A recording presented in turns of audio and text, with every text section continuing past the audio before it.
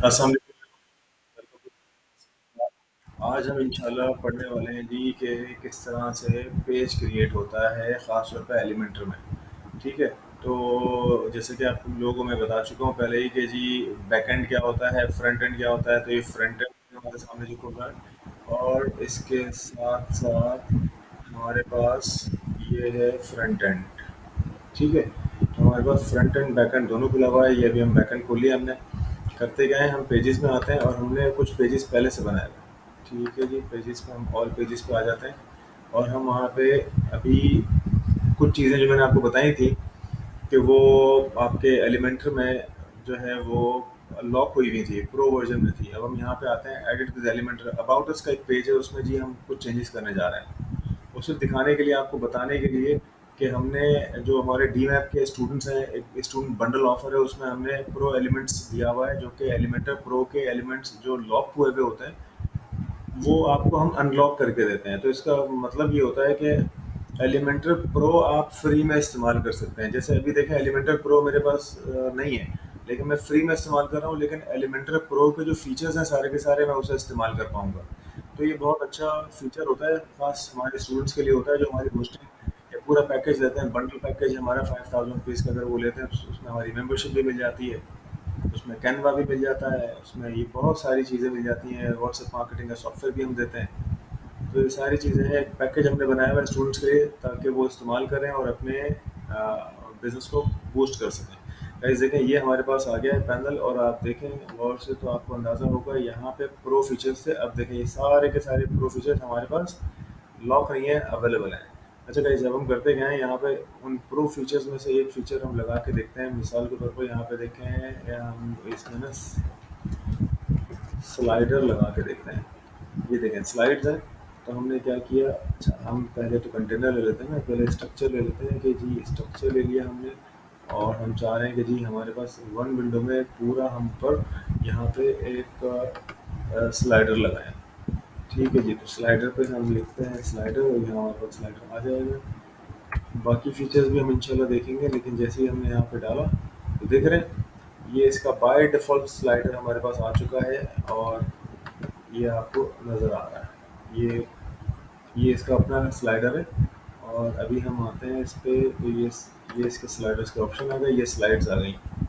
ये देखें 3 स्लाइड इसने डाल के दी हुई है। अब मैं हेडिंग 1 पे क्लिक करता हूँ तो ये हमारा ये स्लाइड 1 है। यहाँ देखें ये इमेज है और इसका कलर भी बैक एंड पे मेंशन हुआ हुआ है। ये कर क्या, मैं इमेज में आके तो मैंने कुछ इमेज डाउनलोड करके रखे हुए हैं। तो मैं क्या करता हूँ, अभी आपको वो 3 इमेज अपलोड कर ही देता हूँ ताकि आपको समझ आ जाए कि वो इमेज लुक एंड फील कैसा आएगा, ताकि आपको अंदाज़ा हो जाए।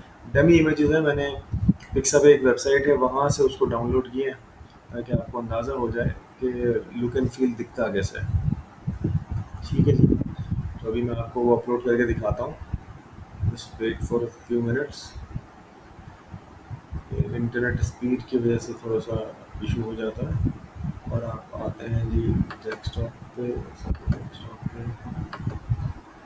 डेस्कटॉप पे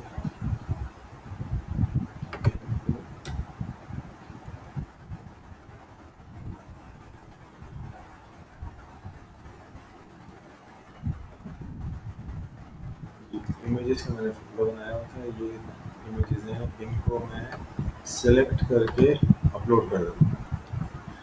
गाइस याद रखिएगा, अभी हम सब डमी डमी कर रहे हैं। तो इमेज का बाकायदा नाम रखे जाते हैं और टेक्स्ट दिया जाता है, टाइटल डाला जाता है, डिस्क्रिप्शन डाला जाता है, बहुत सारी चीज़ें डाली जाती हैं। तो अभी हम सिर्फ अपलोड करके आपको बता रहे हैं किस तरह से काम होता है। फ़र्ज़ कर लीजिए मैंने आपको यही वाला एक इमेज है, मैं इसको सेलेक्ट करता हूँ।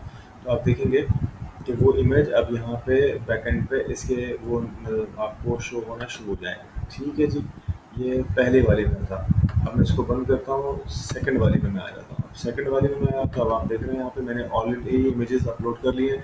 तो मैंने क्या करना है, सिर्फ क्लिक करना है ताकि ये अगर डिफरेंट कलर का होगा तो ज़्यादा बेहतर होगा ताकि आपको फ़र्क समझ में आए।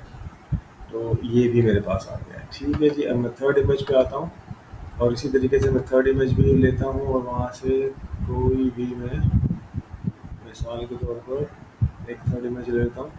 अच्छा, इमेज में क्वालिटी का भी ख्याल रखिएगा, साइज़ का ख्याल रखिएगा कि क्या साइज़ ले रहे हैं आप। तो बहुत इम्पोर्टेंट होता है क्योंकि इससे आपकी वेबसाइट जो है वो हैवी हो जाती है। अच्छा जी, ये हमने यहाँ पे ले लिया इसको और सेलेक्ट कर दिया जी। तो हमारे ऑलमोस्ट तीनों इमेजेस आ गए।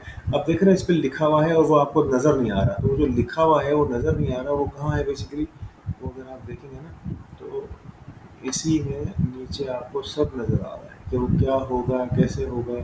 फॉर एग्जांपल देखिए, मैं आपको इसको बंद करता हूँ। ये इसके अंदर ही देखें कंटेंट आ रहा है।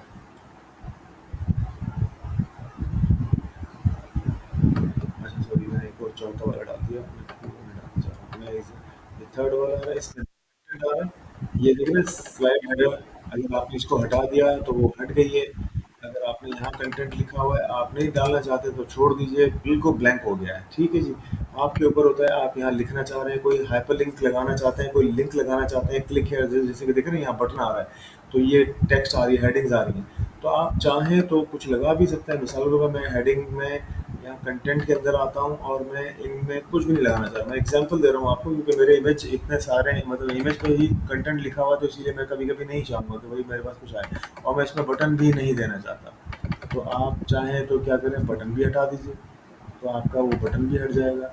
अब आप दूसरे इमेज पे आए, देखो क्लीन है, आपको वो इमेज नज़र आ रहा है। ये आ रहा है सेकंड वाला इधर पे, क्योंकि डार्क इमेज था तो आपका वो दिख रहा है, तो आप चाहें तो ये सेकंड वाले पे आने के बाद कंटेंट अब यहाँ पे कुछ भी लिख सकते हैं, जैसे कि ना ये सोशल मीडिया मार्केटिंग में लिख देता हूँ।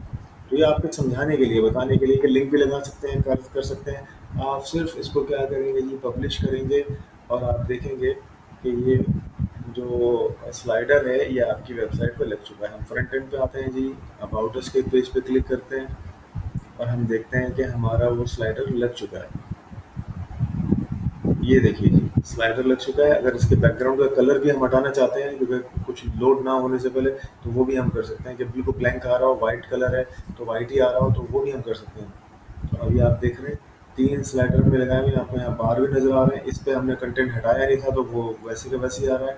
और तो इससे होता है क्या है ना, आपका पेज ज़रा अच्छा-सा लुक्रेटिव नज़र आना शुरू हो जाता है। तो मैंने आपको बेसिकली आज जो बताया है, वो ये बताया है कि एलिमेंट का जो फीचर है, प्रो फीचर, वो हम जो बंडल पैकेज है उसके ज़रिए हमने इसमें एक स्लाइडर लगाया। स्लाइडर एक इम्पॉर्टेंट चीज़ होती है आपकी वेबसाइट में, तो वो भी आपको लगाना चाहिए। उसूलन हम हर पेज पे अलग-अलग स्लाइडर लगाते हैं, तो आपकी मर्ज़ी है कैसा लगाना चाहते हैं आप लोग।